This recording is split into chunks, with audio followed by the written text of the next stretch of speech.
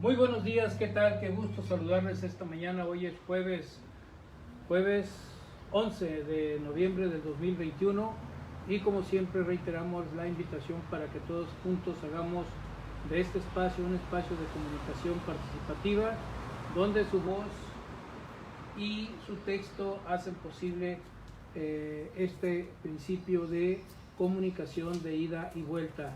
El que escucha y el que ve puede también hablar, escribir y obviamente hacer pleno este ejercicio de libertad de expresión.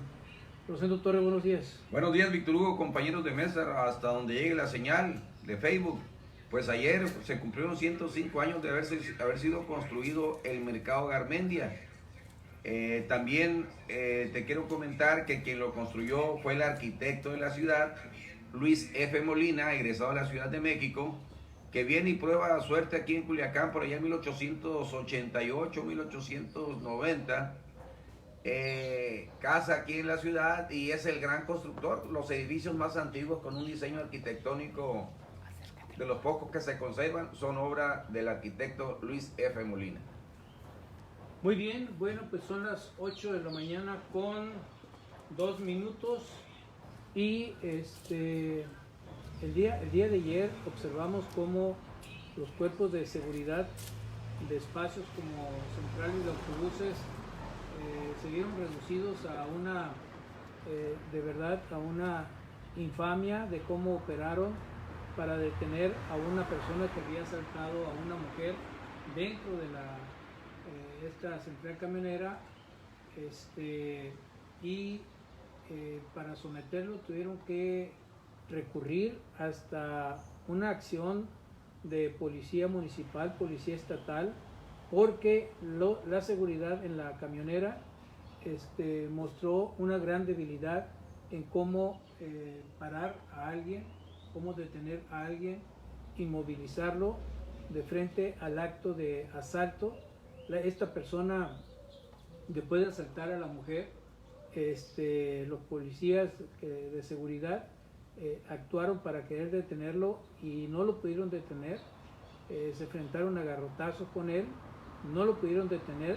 Todavía va y se sube a un autobús, lo secuestra, se lo lleva y empieza a una acción policíaca total ya en las calles de Mazatlán y tuvieron que hacer uso del recurso de las armas de fuego para poder detenerlo. De verdad que esos cuerpos de seguridad privados solamente contratan personas, les montan un uniforme y a cobrar la seguridad con muy malos salarios, por cierto, pero no hay esa capacitación para que puedan ofrecer seguridad y eficacia en la acción contra, pues ahora sí, un muy solitario ladrón que no lo pudieron someter y recurrió y puso en jaque a la población civil que estaba circundante a la huida se robó el autobús. Bueno, finalmente lo detuvieron, recibió un balazo y eso fue la operación del día de ayer. Pero llama la atención eso, José. ¿Dónde ocurrió eso? La ciudad de Mazatlán. Bueno, eso refleja que el ladrón iba decidido a todo. Los guardias de seguridad que contratan para cuidar empresas, industrias, oficinas, granjas agrícolas, no tienen capacitación en el manejo, incluso no traen armas, traen un tolete y gas lacrimógeno. Y eso sí, trae un walkie-talkie o radio de comunicación, porque tienen nada más efectos persuasivos o disuasivos. Si esa persona ejerce acción de tipo material, el otro se va a quejar y de seguro que lo va a hacer ante derechos humanos, que una persona que no está facultada para traer armas, pues lo agredió, entonces se van por la confrontación directa. ¿Qué es lo que refleja? Primero, que los sistemas de seguridad pues nada más están de imagen. Segundo, el que quiso hacer el buen fin anticipado es robo con violencia y puso en peligro a las personas, porque en la integración, cuando le integren la carpeta, le van a poner eso que pues, puso en amenaza a las personas que estaban por ahí. Y los cuerpos policíacos pues todavía siguen utilizando los procedimientos antiguos. pudieron ver, aquí no hay pistola eléctrica y si la utilizan es exceso de fuerza y tuvieron que recurrir a las balas. Y bueno, pues yo creo que distrajo bastante fuerza, aclarando que ahorita en todos los centros comerciales y en las ciudades pues hay un operativo precisamente porque la gente trae dinero en la bolsa, porque trae la idea de que hacen falta cosas en su casa y hay que comprarlas en el Buen Fin. Bien, arrancó el Buen Fin el día de ayer y se extiende hasta el martes 16. Ponga una alerta en su tarjetero. Si usted intenta ir a una tienda, que se active una alarma y no le permita abrir su tarjetero, y además que le advierta, alto, espérate, hay gastos que son importantes, pero hay gastos que son verdaderamente destructivos de la economía de las familias. Y esto es porque a veces uno confunde la deuda, una deuda que es necesario hacerla porque eso le posibilita un nivel de satisfacción y capacidad de pago, y hay la otra deuda, la deuda que destruye. Recuerde usted que los mejores clientes de las tiendas son los malas pagas. Esos son los mejores clientes. Uno, porque las tasas de interés son enormes, aunque a usted se lo vendan a 15 pagos sin intereses, finalmente la tasa de recursos de utilidad de la banca que le cobra las tarjetas de crédito es grande, y entonces, aunque usted aparentemente no está pagando intereses, pero sí está pagando el uso del recurso financiero. Así que los malas pagas, cuidado, y tome la decisión: deuda para crecer o deuda para destruir. Ese es un dilema que deben de resolver, sobre todo en este fantasioso momento de la semana del Buen Fin. Bueno, un tráfico vehicular excesivo por todos lados, Víctor Hugo. Me tocó estar por un lado de una camioneta pick-up que traía como 4 metros de altura de cosas, de muebles, pantallas, y dice uno, bueno, pues no que la pandemia había golpeado muy fuerte, que la economía está estancada, y la gente cae precisamente en ese garlito y te lo ponen disfrazado, es decir, 6 meses sin intereses. No se le olvide que el negocio del banco es comprar dinero barato para venderlo caro. Si usted es cautivo, deudor, no le va a alcanzar la quincena. Si usted ya no tiene capacidad de endeudamiento, no adquiera nuevas deudas. Máxime si ya tiene la edad como la que tengo yo, ¿verdad? Entonces, sin embargo, la gente se va con la idea pues que es el momento de hacer su oportunidad. Y sin embargo, pasaron cosas interesantes. Ayer, Víctor Hugo, comparecieron los aspirantes a dirigir la Fiscalía General de Justicia del Estado de Sinaloa. Al final de los 22 pasaron 5, y de los 5 ya nomás quedaron 3, y de esos 3 quedará 1, y es muy probable que en la sesión del Poder Legislativo local pues ya designen a uno de los 3 que enviaron. Un hombre, en ese orden comparecieron, Damaso Saavedra fue el primero, dijo que iba a tener una procuraduría de puertas abiertas. Pues yo creo que más de puertas abiertas es de resultados. Posteriormente interviene Sara Bruna y tocó el tema de la violencia contra la mujer, y que es necesario, con la experiencia que ella tiene, desde que ya fue Ministerio Público y juez penal. Acuérdate que le tocó ver el asunto de Villarreal y el ex secretario de Finanzas, de Administración y Finanzas del Gobierno del Estado, y el asunto del doctor, que era el titular de la Secretaría de Salud, Echavarría. Echavarría ya murió, y pues repararon el asunto con poco dinero, y era un daño contra el erario estatal.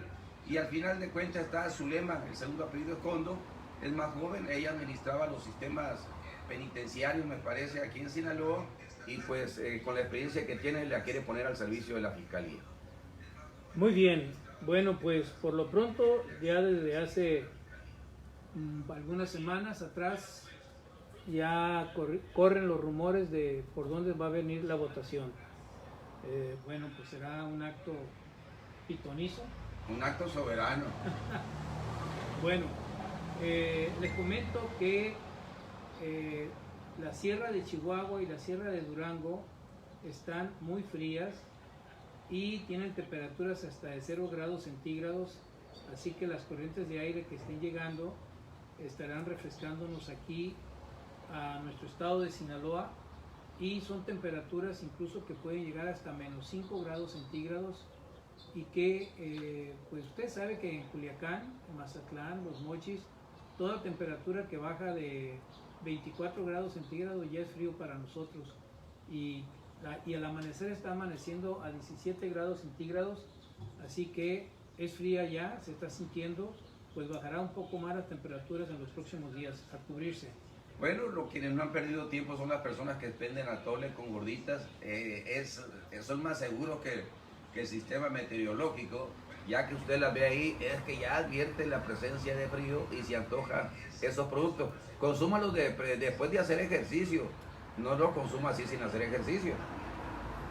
Un vaso de atole, de pinole y 2 gorditas equivale a alrededor de 500 a 600 calorías. De las 2000 que ocupamos en el día. No, que 2000, no. Tú, Rosendo, ya ocupa 1200 nomás. No, yo sigo haciendo esfuerzo físico. Los chamacos. Los albañiles ocupan 2500. No, porque hacen eso esfuerzo sí, físico. No, eso sí.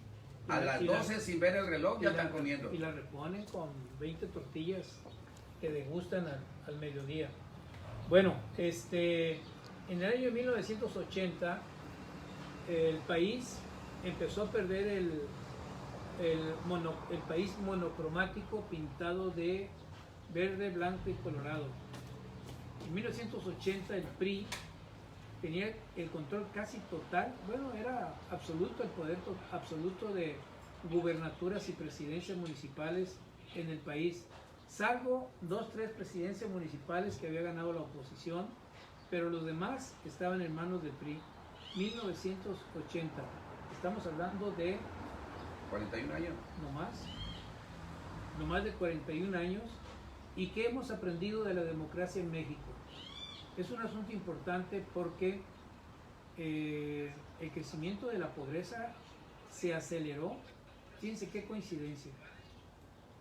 Cambiar el color que gobernaba, que en el 80 empezó con el Partido de Acción Nacional ganando la gubernatura en el estado de Baja California, empezó un ciclo que se le llama neoliberalismo. Y durante ese tiempo, 41 años, el país ha entrado en signos de debilitamiento del bienestar de las familias. Entonces no va de la mano o no va aparejado la democracia partidaria, no va acompañada de bienestar social. Entonces, ¿para qué se quiere la democracia si no hay bienestar? Y además, hay más crímenes contra la oposición en la época del pluripartidismo en nuestro país que previo a esto. Más crímenes de oposición. Incluso el periodo de Carlos Salinas de Gortari ha sido el periodo de más crímenes políticos contra la oposición. Solo el PRD, con su presencia en el país con líderes sociales, perdió 300 líderes asesinados en el periodo de Carlos Salinas de Gortari. Entonces aquí encontramos una paradoja. La democracia y el bienestar como que no se llevan muy bien en los sistemas de partidos que han prevalecido hasta el día de hoy en nuestro país. Ahí está un supuesto que está muy documentado en las encuestas de que el índice de bienestar familiar ha caído con el sistema de las alternancias de partidos políticos, así sin quitarle ni ponerle. Pituro, en materia política, cuando se le da entrada a la oposición con los famosos diputados de partido en el tiempo de López Mateos, era una fórmula que por cada 2.5% porcentual de los votos obtenidos tenías derecho a un diputado de partido. Posteriormente se crea la Ley de Organizaciones Políticas y Procesos Electorales, sin agraviar a López Portillo López, donde ya la representación proporcional está especificada por antemano. Entonces la integración del poder legislativo eran 300 y 100. Con Miguel de la Madrid Hurtado, que por sus siglas significaba más miseria y hambre, Miguel de la Madrid Hurtado, recuerdo que había una canción en una jaula de oro pendiente de un balcón está López Portillo saqueando a la nación. Luego sigue más miseria y hambre y ya se establece democracia con tope, 300 diputados de mayoría relativa y 200 de representación proporcional. Esto también se aplica en los congresos locales. Y así vas a ir viendo tú gradualmente que con ese porcentaje se llega a estos tiempos. Incluso ya se está pensando en reducir la presencia de la oposición porque ya no hay necesidad. Sin embargo, el estado de bienestar, que cuando uno analiza los tipos de estados democráticos, republicanos, está el estado de bienestar, que es el que está impulsándose ahorita, para que esté garantizada la suficiencia a la mayoría de los ciudadanos, pero aún así sigue habiendo pobreza. Entonces hemos advertido desde las reformas que se hicieron al artículo 27 constitucional, donde el ejido prácticamente se privatiza. Antes estuvo la nacionalización de la banca y luego la privatización. Nos trajeron también aquel acuerdo donde todos los mexicanos estuvimos endeudados de por vida, el Fobaproa, y finalmente llegaron las reformas estructurales con Peña Nieto. Y bueno, pues nos da una idea de que el capital internacional pues ya está presente en México y es el que está exigiendo apertura en la producción de energía eléctrica con sus fotovoltaicas que se siguen prendiendo de las instalaciones de la infraestructura de Comisión Federal de Electricidad. Gastan poco y ganan mucho los de energías limpias y renovables. Bueno, te sirvió de ejercicio de la memoria, Rosendo. Pues don Felipe Ayala nos recomendaba eso, acuérdate, siempre repasen los pasos, dice. Bueno, estamos hablando de la crisis del sistema de partidos políticos y el bienestar. Por ejemplo, ahorita el partido Morena, que es el partido que está gobernando en nuestro país, en la presidencia de la República, está gobernando en 16 gubernaturas. Sigue por el PAN con 7 gubernaturas, el PRI con 4. Qué tiempos, ¿no? ¿Cuándo pensaba el PRI que de gobernar 30 estados y 2 distritos federales? 2 distritos federales eran, ¿no? No, siempre ha sido uno. No. ¿Pero cómo le llamaban los territorios de Baja California? ¿No eran los territorios federales. Territorios federales. Mandaban delegados. Eran delegados. Bueno, ¿cuándo iba a pensar que al final del siglo XX, principio del XXI, el PRI casi pasa al museo de la historia de los partidos políticos? Ya no va a poder hacer la roquiseñal. No tiene para tanto. Lo curioso es, repito, que el modelo de democracia partidaria en nuestro país, tenemos democracia, los elegimos, sí, pero el bienestar no ha tenido el nivel de satisfacción que debe de tener. Por ejemplo, el día que el presidente de la República estuvo en Washington, en el Consejo de Seguridad de la ONU, mencionó que todos los gobiernos tienen que tener un sistema de política que les permita elevar el nivel de pobreza que se encuentran 750 millones de habitantes en el planeta que sobreviven con menos de $2. Bueno, eso significa que en el caso de México, que tenemos una clase empobrecida, que han inventado como 5 niveles de pobres. Los pobres más pobres de todos los pobres le llaman extrema pobreza total. Antes eran vulnerables. Y luego le llaman, un nivel más para arribita le llaman extrema pobreza alimentaria, pero no de vivienda. Y luego le elevan a pobreza. Ya tenemos 3 niveles. Pues hemos sido fábrica de pobres. Y luego viene otro nivel que le llaman en línea de pobreza. Entonces tenemos 4 escalones de los pobres. Ya no hay clase media. México ha tenido un problema con la clase media. La clase media tiende a morder, a vivir en la línea de pobreza. Es esa clase media que está ganando, su salario está en 2.5 salarios mínimos y que puede elevarse hasta casi 4 salarios mínimos. Eso es el ingreso de familia, lo cual significa que esa clase media, pues en realidad es la clase que está bordeando la línea de pobreza. Y luego viene la clase media media, ya también hay escalones, ¿no? Hay niveles. La clase media media es esa clase que está entre los 4 salarios mínimos y los 10 salarios mínimos. Y luego viene la clase media alta, que es la que está de 10 hasta 20 salarios mínimos. Y ya vienen los ricos. Y en los ricos también hay niveles. Bueno, en términos de porcentajes de población, los más ricos del país, que son 10 familias, tienen el poder económico de riqueza que llegan a tener hasta el 30% de la riqueza nacional. 10 familias concentran el 30% de la riqueza nacional. Hay muchos que tienen poco y pocos que tienen mucho. Yo creo que nos vamos a ir a vivir a Mochi, Víctor Hugo. Están promoviendo la cuestión del Eres bueno para sacar el tema. No, simple y sencillamente ya nomás queda clase media jodida. Retomando el tema. ¿Qué es el GPO? El GPO es gas de Occidente, algo así. GPO es la empresa que te dice, ¿a poco usted no va a decir que sí si le van a pagar 5 veces el salario que está pagándose en la región de Ahome?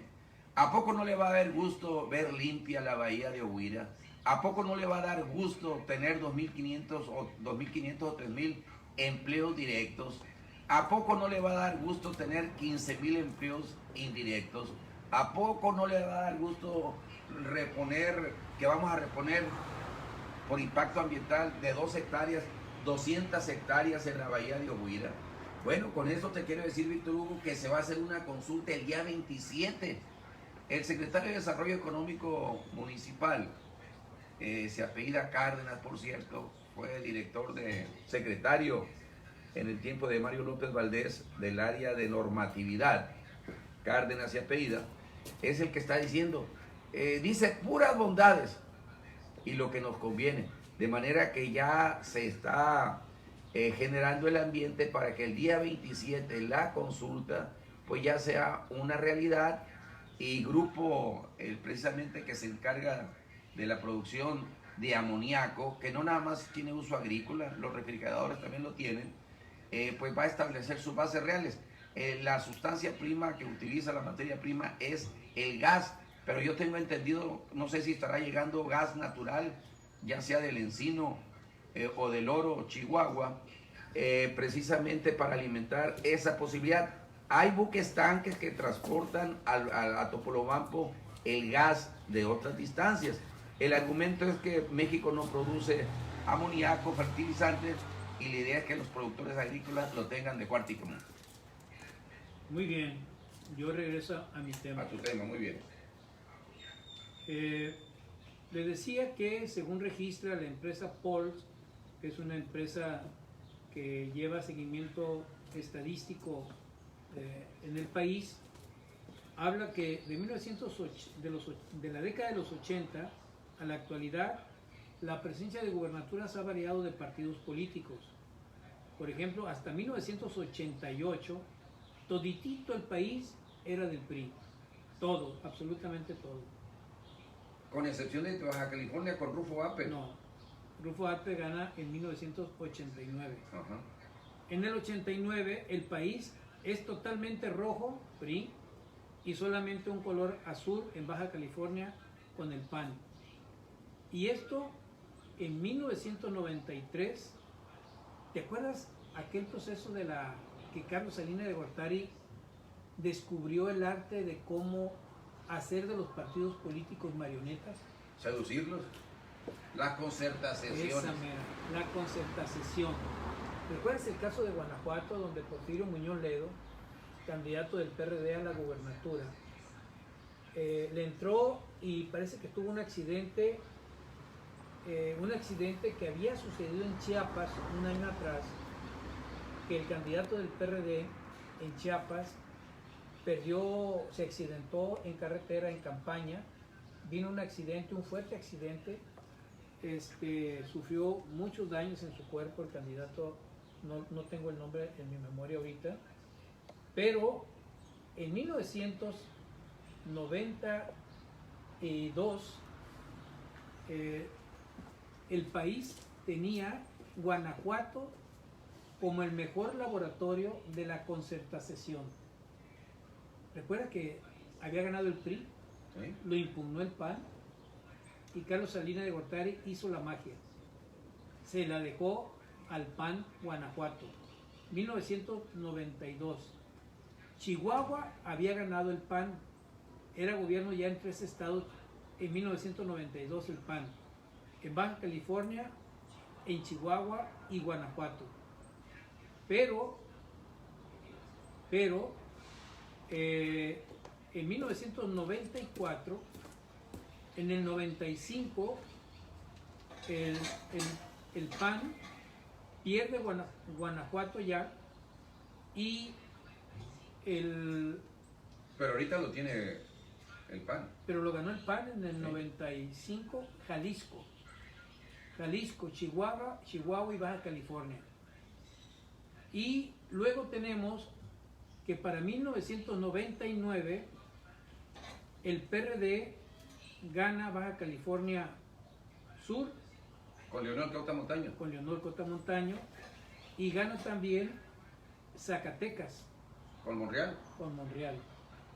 Aquí fue lo que se derivó del lanzamiento de Cuauhtémoc Cárdenas a la presidencia de la República en el 88, que generó un movimiento interno del PRI, y Monreal fue de los priistas que se atrevieron, se lanzaron sin detenerse, como también sucedió con Juan Millán Lizárraga, que abrió una rebelión dentro del PRI para ganarle la candidatura a Lauro Díaz Castro, que era el alfil de la presidencia de la República y de Francisco Labastida Ochoa. Bueno, pues Juan Millán, igual que Monreal, se lanzaron y ganaron las gubernaturas en Zacatecas y en Sinaloa. Fíjate, Víctor Hugo, que anteriormente en el 76 la Comisión Obrero Campesina Estudiantil del Istmo ganó precisamente con Leopoldo de Gives en Juchitán. Fue de la primera presencia de la izquierda, por decir algo, y bueno, eso ya indicaba que se estaban generando barruntos de grupos activistas fuertes, aunque siempre lo han estado en Guerrero, en Michoacán y en esa región de Oaxaca. También se dice que con la entrada del PAN se fortalecieron grupos de narcotraficantes en Tijuana. Entonces, como que ahí comienza los primeros entendimientos. Chihuahua se ha mantenido, Víctor Hugo, con el PAN. En Guanajuato sigue fuerte el PAN, pero también en Guanajuato tiene mucha violencia ahorita. Cifras fuertes, muy altas, sin sacrificar obviamente a nuestro estado. Y por eso asocian precisamente eso. En Morelos hubo un gobernador que le decían el gobernador del helicóptero del amor, Ramón Estrada Cajigal, y lo asociaban con un colorcito. Y luego, déjenme lanzar esta idea hipotética, presunción, para aproximarme a lo que significó las reformas estratégicas de Peña Nieto, que en el 2013-2014 hizo que los partidos políticos se sentaran desde el 2012, te voy a decir que desde abril del 2012, que fue el año de la elección de Peña Nieto, ya se había sentado el PAN, el PRD y el PRI para organizar las reformas estratégicas de Peña Nieto, que gana la presidencia, lo voy a decir así, ganó la presidencia, pero ojo con esto, en el 2017, por la extensión del acuerdo y los modos de ponerse de acuerdo y los beneficios de ponerse de acuerdo, provocaron la segunda gran crisis del PRI en las gubernaturas. Así gana la oposición en el 2017, Rosendo, en las intermedias de la presidencia, ganan Baja California Sur, Baja California Norte, y algún estado por ahí, hasta Quintana Roo también lo ganan. Es decir, como extensión del 2012 para apoyar a Peña Nieto en la presidencia, Peña Nieto hizo un lavadero de acuerdos y se concretó con el triunfo de, ¿cuántos fueron? 10, 12 gubernaturas, y el PRI empezó a perder mayoría de gubernaturas en el país, 2017. Pero fíjate, Víctor Hugo, que hay la versión de que precisamente en la elección, la instrucción de Felipe Calderón para que no llegara Andrés Manuel López Obrador al poder, tiraron la indicación de que había que votar por Peña Nieto. En diferentes esferas y de grupos fácticos se corrió la versión de que era la línea, se acoplaron, y a cambio de eso sacaron las reformas estructurales. Un dirigente de Acción Nacional de apellido Madero dijo que le tuvieron que dar whisky a los legisladores para tomar la decisión de apoyar las reformas estructurales, que son el motivo del conflicto. Para tener un estado de bienestar se requiere que el Estado intervenga y regule la mayor parte de la actividad económica, cosa que está en ese proceso. Bueno, en el año 2018, que fue la elección de la presidencia de la República, el país todavía tenía importante presencia el PRI y el PAN empezaba a perder gubernaturas. Y en el 2018, perdón, en el 2021, que fueron las elecciones de este año, el 6 de junio de este año, Morena ganó 16 gubernaturas, el PRI solamente 4. Bueno, no ganó. El PRI no ganó ninguna en el 2018. Tiene 4. Nomás le quedan 4. Fíjate, Víctor Hugo, que de 32 que tenía, ya solo le quedan 4.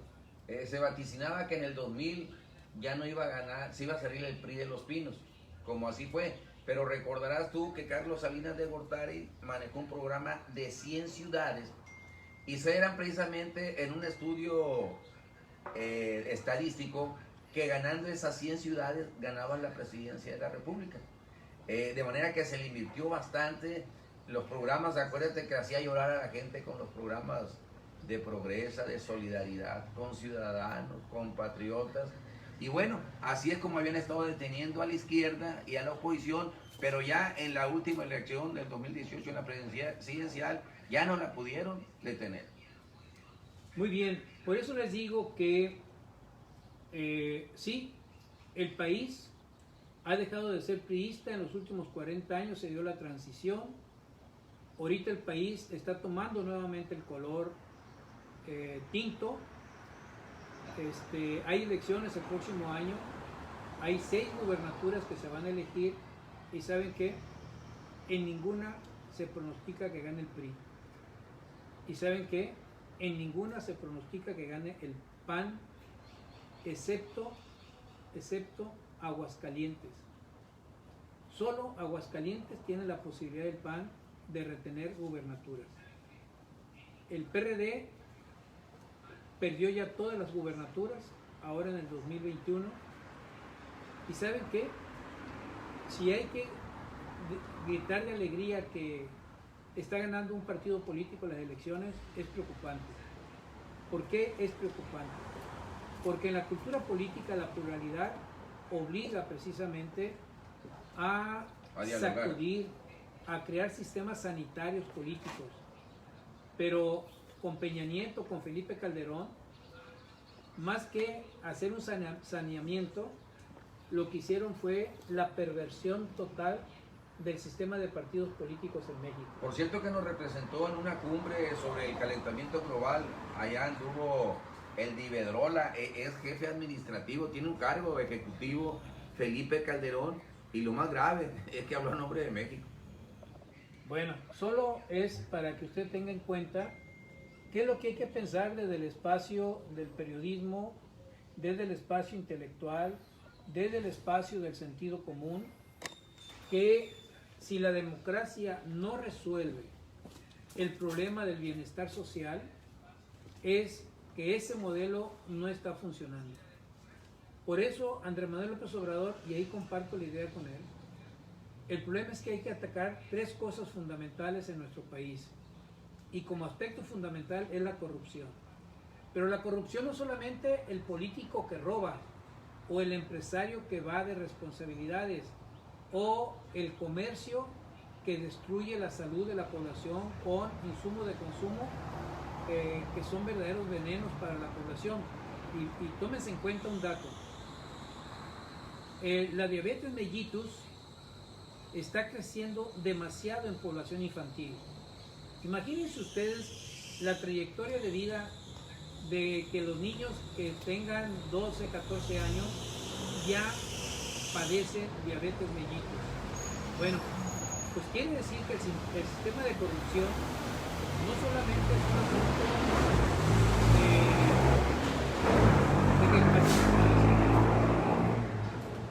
el sistema de corrupción no solamente es un asunto del político que roba, no.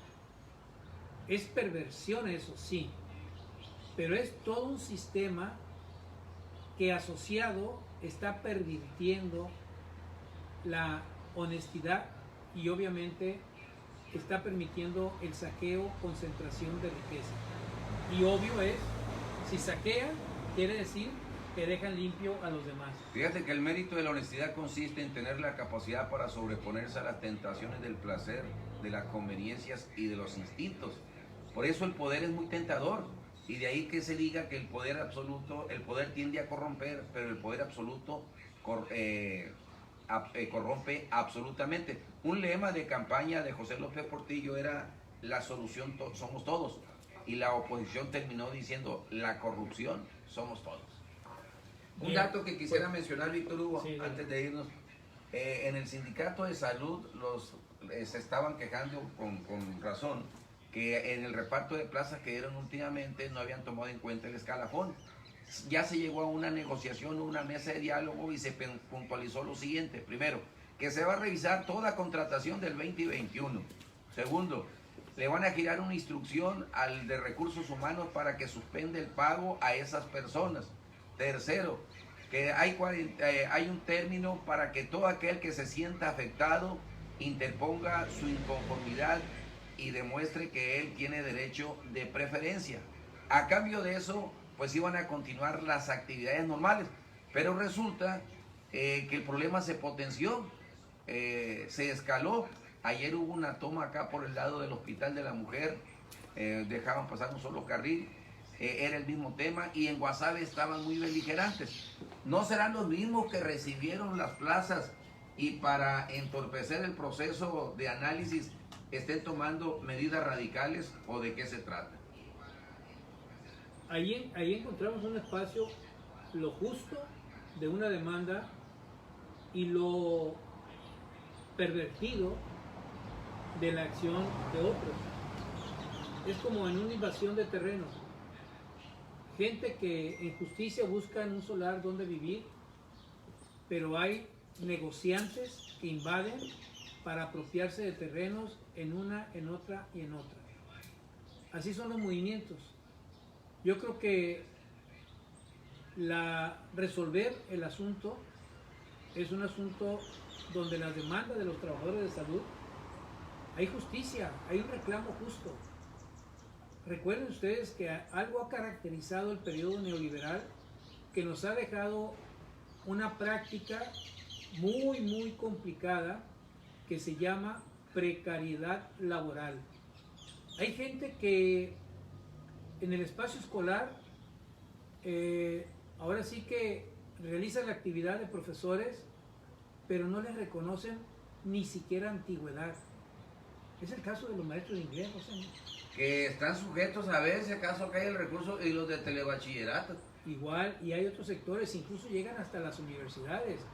Ahí están las demandas de sectores universitarios de la UNAM, de la UAM, incluso de aquí, de la UASE. ¿Por qué? Porque se ha instalado un modelo de precariedad laboral. Ahora sí, como luego dicen, ¿quieres trabajar? Pues trabaja, pero no hay prestaciones, ¿no? Bueno, en el sector salud pasa lo mismo, Rosendo. Son trabajadores que tienen hasta 15 años y no tienen seguridad en su trabajo. No tienen ni salud, no tienen derecho a la seguridad social. porque no están regulados. Entonces son justas las demandas. Yo creo que Rubén Rocha, el gobernador actual, está enfrentando lo que es una cosa muy, muy sensata en la oportunidad para los trabajadores de la educación. Si no reclamamos ahora, esto se va a prolongar y no se va a resolver. O callar para siempre. O callar para siempre. Entonces Rubén Rocha Moya, como gobernador, tiene sensibilidad y experiencia de cómo resolver.